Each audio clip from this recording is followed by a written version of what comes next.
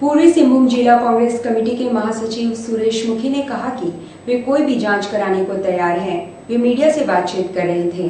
Phone से हमले की जानकारी मामले में सुरेश मुखी ने सोमवार को संवाददाताओं से बातचीत करते हुए कहा कि मुन्ना घोष और कल्लू घोष द्वारा जो बयानबाजी की गई है उसके मुताबिक वे हर तरह की जांच के लिए तैयार हैं। इस बात में जो मेरे संदर्भ में कल्लू घोष ने बयान दिया है, ऊपर में लिखा है कि सीनियर एसपी से मिलकर सुरेश मुखी के गलत कार्यों का जांच कराए। तो सांच को आंच नहीं है।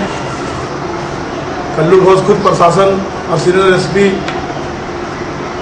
तमाम आला प्रशासनिक अधिकारी को लाके कदमा टैंक रोड और धतकीडी हरिजन बस्ती में जांच करवा ले। मेरा मिलू मुखी का, सतवीर मुखी का, डब्बू खान का। मैं सीनियर एसपी साहब से आग्रह करना चाहूँगा, 27 तारीख को जो 12:36 में मेरे शुभचिंतक फ़ोन करके बताया कि आप सावधान रहिए, मुन्ना घोष, कल्लू घोष आपके ऊपर 2-4 दिन में हमला करवाने वाले हैं। और मैं उस शुभचिंतक का मोबाइल नंबर भी सीनियर एसपी साहब को दिया हूँ। अभी तक जांच नहीं हुआ। कल्लू घोष जो पेपर के माध्यम से जो बयान दिया है कि सुरेश मुखी के ऊपर बम से विस्फोट होगा, तो मैंने कहीं पर नहीं लिखा कि बम से विस्फोट होगा। ये भी जांच के विषय है। इसका मतलब कि ये लोग साजिश रचा था कि बम से मेरी हत्या करवाना चाह रहा है। जुगसलाई रेलवे ओवरब्रिज, अंडरब्रिज के निर्माण एवं सड़क चौड़ीकरण की मांग को लेकर नागरिक संघर्ष समिति ने उपायुक्त को ज्ञापन सौंपा है। नागरिक संघर्ष समिति का कहना है कि रेलवे अंडरब्रिज के दोनों बॉक्स बनकर तैयार हैं, पर पुश नहीं लगाए जा रहे हैं क्योंकि पुश लगाने के लिए लगभग 5 घंटे तक गाड़ियों का परिचालन प्रभावित होगा।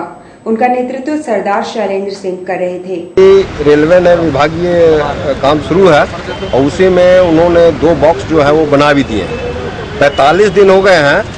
वो जो बॉक्स जो है वो अभी तक जो है मतलब उसको एक सिस्टम है, उसको पुश करना है रेलवे के नीचे में, तो वो 2-4 दिन के अंदर किया जा सकता था, लेकिन रेलवे द्वारा उसको पुश नहीं किया जा रहा। ऊपर से इधर बरसात आ गया है, फिर वो जो आपका अंडरब्रिज पुराना वाला बना हुआ है उसके नीचे पूरा पानी भर जाता है, आवागमन पूरी तरह बाधित हो जाता है। तो हम लोग चाह रहे थे कि बरसात के पहले वो पुश हो जाता और जो है वो काम शुरू हो जाता, लेकिन दुर्भाग्य के साथ कहना पड़ रहा है कि रेलवे के उच्च अधिकारियों द्वारा जो अनुमति, इस संबंध में हम लोग डीआरएम साहब से मिले भी थे और डीआरएम साहब ने कहा था कि भाई हम लोग जो है इसको उच्च अधिकारियों को लिखे हैं क्योंकि 4-5 घंटा के लिए गाड़ी रोकना पड़ेगा। और वो 45 दिन हो गए इस बात, लेकिन जो अभी तक उच्च अधिकारियों द्वारा कोई अनुमति प्रदान नहीं की गई, जिसके चलते जो है वो पुश नहीं किया जा रहा है उन बॉक्स। ब्रेक के बाद खबरों में फिर से आपका स्वागत है। झारखंड स्टील ठेका मजदूर द्वारा एमडी आवास का घेराव करने का प्रयास किया गया, मगर कड़ी सुरक्षा व्यवस्था ने उन्हें रास्ते में ही रोक दिया। अपनी 24 वर्ष पुरानी मांगों को लेकर स्टील ठेका मजदूरों ने सोमवार को टाटा स्टील के एमडी आवास का घेराव की घोषणा की थी, मगर पहले से ही एमडी आवास के बाहर सुरक्षा के कड़े इंतजाम कर दिए गए थे और आंदोलनकारियों को जनरल ऑफिस गेट के पास ही रोक दिया गया। कुछ लेबर लोग आया है कि एमडी के घर के घेराव उड़ाव करने के संबंध में लेटर गई थी, उसी में हम आए हुए हैं। तो वही देख रहे हैं, अगर इधर आता है तो इसको रोका जाएगा, एमडी के घर के तरफ समझाया बुझाया जाएगा। अभी तक ऐसा कोई सूचना नहीं है? अभी तक सूचना नहीं। जय झारखंड, जय झारखंड। आज सर 1990 में हम लोग अस्थायी से वंचित हो गया और इस वंचित के कारण हम लोग जितने भी बचे मजदूर हैं उनका अस्थायीकरण या मुआवजा के लिए हम लोग का मांग रख रहे हैं। बच्चों को रोजगार के लिए मांग रखे हैं, इसलिए हम लोग आज एमडी साहब का बंगला मिलने के लिए ज्ञापन देने के लिए जा रहे हैं। क्या आप लोग का मांग क्या है? हम लोग का मांग है कि अस्थायी से वंचित मजदूर को डीए बेसिक 1990 से आज तक पूरा 25 साल का हम लोग को जोड़ करके दे दे। इतना लंबा समय से आप लोग आंदोलन कर रहे हैं, अभी तक क्या आश्वासन मिलता है? हम लोग 25 साल से आंदोलन कर रहे हैं, अभी तक हम लोग को आश्वासन मिला कि आप लोग को पैकेज मुआवजा जो हक बनता है आपको दिया जाएगा। हम लोग 3 बार लिस्ट जमा किए लेकिन आज तक फैसला नहीं हुआ, सिर्फ आश्वासन मिल रहा है। इसलिए मजबूर होकर हम लोग को एमडी का घर जाने के लिए मजबूर हो रहे हैं। कदमा स्थित गंगोत्री नर्सिंग होम तोड़कर बिल्डर द्वारा मनमानी का आरोप स्थानीय लोगों ने लगाया है।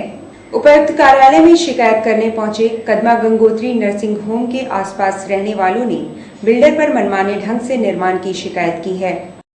मुस्लिम जागरण मंच ने उपायुक्त को ज्ञापन सौंपकर शब बारात पर नो एंट्री सख्ती से लागू करने की मांग की है। मुस्लिम जागरण मंच का कहना है कि शब बारात रात्रि को मनाया जाता है, अतः सड़कों में यदि भारी वाहनों का आवागमन जारी रहेगा तो दुर्घटना की आशंका रहेगी। अतः शाम 6 से सुबह 6 बजे तक नो एंट्री लगाई जाए। उनका नेतृत्व मुन्ना इब्राहिम कर रहे थे। इसलिए हम लोग डीसी महोदय से आग्रह है कि इस साल कोई ऐसा दुर्घटना नहीं हो, इससे पहले नो एंट्री लगाने की हम लोग मांग कर रहे हैं। 2 तारीख रात 6 बजे से लेकर 3 तारीख का 6 बजे सुबह तक। इसलिए हम लोग ज्ञापन देने आए डीसी महोदय को, एसपी को, ट्रैफिक डीएसपी को। किस बैनर के तले है? मुस्लिम जागरण मंच। बिष्टुपुर में दुकानदारों द्वारा साईं भजन सह अनुष्ठान का आयोजन किया गया है, जिसमें शानदार झांकी और भजन पेश किए जाएंगे। उक्त आशय की जानकारी संवाददाता सम्मेलन बुलाकर दी गई। प्रोग्राम बिष्टुपुर बिष्टु मुसलापट्टी के पास हो रहा है, ताकि सभी लोग आके इसमें सम्मिलित हो और ये प्रोग्राम को चारों से सफल बनाए। ये साईं बाबा महोत्सव है, जागरण है। इसमें सभी दुकानदारों का ये संध्या 4 तारीख को ये हो रहा है। संध्या 6 बजे ये प्रोग्राम चालू होने वाला है।